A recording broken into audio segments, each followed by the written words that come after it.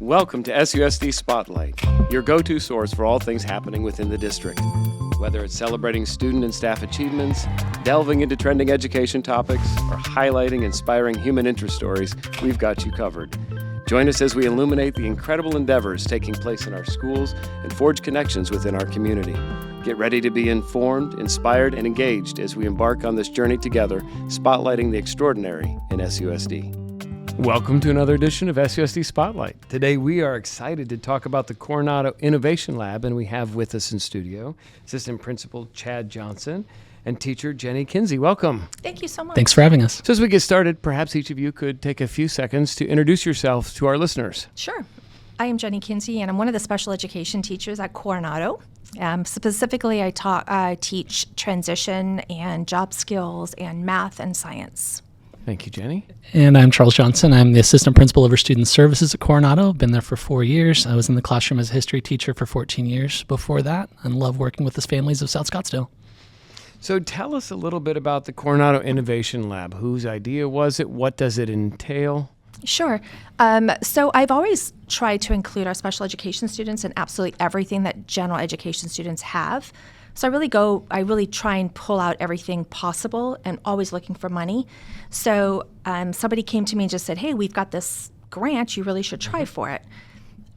It was an extensive grant, by the way, which was good, but it was a lot of information. And my goal was to get some kind of science, technology systems at Coronado for our special needs students. Okay. So how many students are participating in the Innovation Lab? Currently, right now, we have 22 students in life skills that work in it. Our goal in the very near future is to include our ALC classrooms and other special needs. What does ALC stand for people who don't know our acronyms? ALC is one of our classrooms at Coronado, and it specifically gears towards students that are challenged in learning. So it's called Academic Learning Centers, and these are the students that are more than at least 2 grade levels lower than the general population. So they will be included now in working in the labs with us. So what kinds of things did you imagine would be possible when you applied for this grant? I didn't, because I'm not well-versed in science, or I wasn't. And so I did a lot of research to make sure that I could get it together and know act like I knew what I was talking about. And so I literally researched every single makerspace and STEM project throughout the Valley and kind of went off of that. Great. Mr. Johnson, what kinds of things do you do at Coronado that helps support teachers in their drive for innovation? Yeah, so we want to empower every single person on our whole campus to become the best that they can possibly be. And that means, in the case of Ms. Kinsey and her wonderful program, is encouraging her to go for these grants and pursue things that are challenging, that are new for her and for our students. You know, as a teacher, she models for the students, kind of working through challenging stuff. And that's a plus. It's great for them to know that we're not all experts. We need to progress through these things too. And it's wonderful that she pursued this grant and then gave the students the opportunity to engage with this new technology. And the grant was just awarded. So what does it look like today? How much is up and running, or what does the future hold? I would say we're about 75% up and running right now. Still getting equipment in. So we've already started. The very first day I started getting equipment, we started working. So the first stuff that came through were specific Lego kits. Then I got different kinds of experiments that were already kits put together. And then from now, just since then, I've gotten a laser printer so you could print on copper and leather. Because one of our goals someday is to have a little store for our students to be able to sell stuff, to have a real life scenario, but at school. So right now we are very engaged every single day. And what has been the response of students to be engaged in this sort of hands-on learning that's maybe very different from what they were engaging in before? I'm actually very shocked, I'll be honest. When I first got all the equipment, I got equipment, I believe, that was for students that with special needs that are, have some different challenges. And so when I first got it, I thought, I'm not sure this is really going to work. It's going to take a lot more adult supervision than it's going to be student-led. They've completely surprised me. Completely, my expectations have been blown out of the water. They've taken it on. They have definitely hands-on is the way to go with my students, and they have just absolutely been miraculous. Yeah, Ms. Kinsey was talking with me about how some of her students have limited mobility or use of their limbs and so forth, and they are still putting together robots. Mm-hmm. They are building, she was talking about a project where they use tinfoil to create these boats that can float and carry pennies along with them, and to see them do that hands-on is incredible. Is there an opportunity, too, to see leaders sort of emerge in the classroom during this kind of learning? Because I imagine it's quite collaborative as well. It is very collaborative. I've had really great district support. So different entities of the district have come to see what our program is. And also, I had one of our areas donated the robots. I mean, those are very high dollar robots. But so we've had lots of support coming through, and I'm sure there'll be plenty more to come through. Well, part of the design behind the innovation grant was to test an idea, see if it works, and then consider, can we do this in other schools? And so the fact that you were willing to take a chance, submit for the grant, and then put something in place that you didn't even know how it would look is pretty exciting. What would you envision success looks like at the end of this year, and what do you expect for future years? Great question. Success has gone obviously quicker than I thought this year, and we're going to continue building on what we've already learned. My goals for next year is to up the ante. I'd like to get a 3D printer. I'd like to get, the next things. We've got some work to do before that, but I'd like to up it and just give our kids more experience and things that they may never get to experience themselves. So. And do you ever have volunteers come in and support your class? We have, yes. So I have, first of all, I've got great paraprofessionals. I have 14 of them. So besides that, but we have some ASU, I want to say they're volunteers, come in just to observe the program and to assist. So that's been it so far. I would like to open it up to the community. That is a goal, but I want to make sure I'm up and running and I'm ready to go for that before we actually have everybody in, so. That's fantastic. What else should we know about the things that are happening at Coronado to engage our students? We have an exciting event that Ms. Kinsey's students are very involved in. We are proud to be the first Blue Zone certified high school in the city of Scottsdale. In partnership with Blue Zones, we'll be able to update our community kitchen area.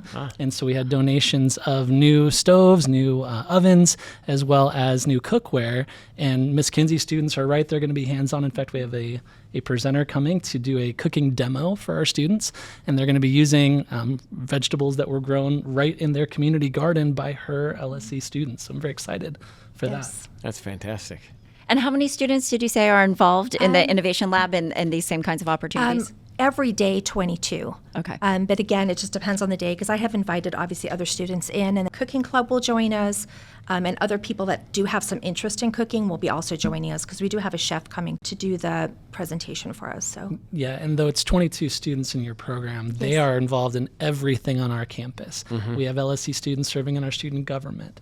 We have LSC students in our dance programs. If you want to come see our dance performance for the spring, you'll get to see them right there on the stage. We have not only our cooking club, also our National Honor Society and our Buddy Club. And our Buddy Club is something that I love about Coronado, that Ms. Kinsey's compatriot, Ms. Laux, spearheads this program. And we have LSC students partnering with our general education students and getting together for lunches, for events, for community celebrations. And so they'll all be there to celebrate our new kitchen. It's exciting to hear the stories about how you've created an environment where every student feels a sense of belonging, included into the life of the campus. It really does make Coronado a special place. As we think about growing enrollment at Coronado, what are the things that you would want our listeners to understand about the unique opportunities available for individuals considering where they might want to send their families for high school experiences? Yeah, this is one that I'm passionate about. In my fourth year at Coronado, there is a home for every single student at our campus. Though we maybe a small school right now, we offer 40 different clubs and sports and extracurricular activities. So there is something for everyone. I had the privilege of accompanying our award-winning band program, for example, to perform at Disneyland this past week. And Mr. Brett Bell and his students are doing incredible things. They were state champions last year in Arizona Marching Band. Our JAG students participated in the Arizona State competition this past week as well. They took second place in the state of Arizona. JAG stands for Jobs for Arizona Graduates. And 19 of our students qualified to compete in the national competition in Salt Lake City coming up at the end of April. And those are just two of the exceptional programs that we have at Coronado. I'd be remiss also if I didn't shout out our Fire Science Academy, which is ready to begin its second year in the coming school year with growing enrollment.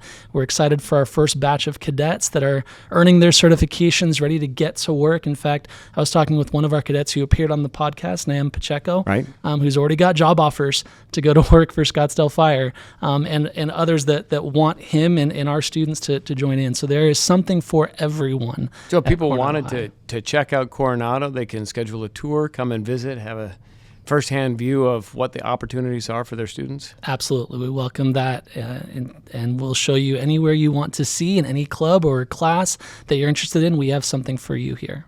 Can you share with us, too, a little bit about the Coronado Promise? Because I see it so much more than just a scholarship. And I don't mean just a scholarship, but it really is a promise that starts probably as early as kindergarten or with our early learners. It's that K-12 promise in the community that we see in our elementary schools, and really feeds all the way through Coronado. Can you speak to us a little bit about what that is? Absolutely. We are proud to have the support of generations of Coronado Dons.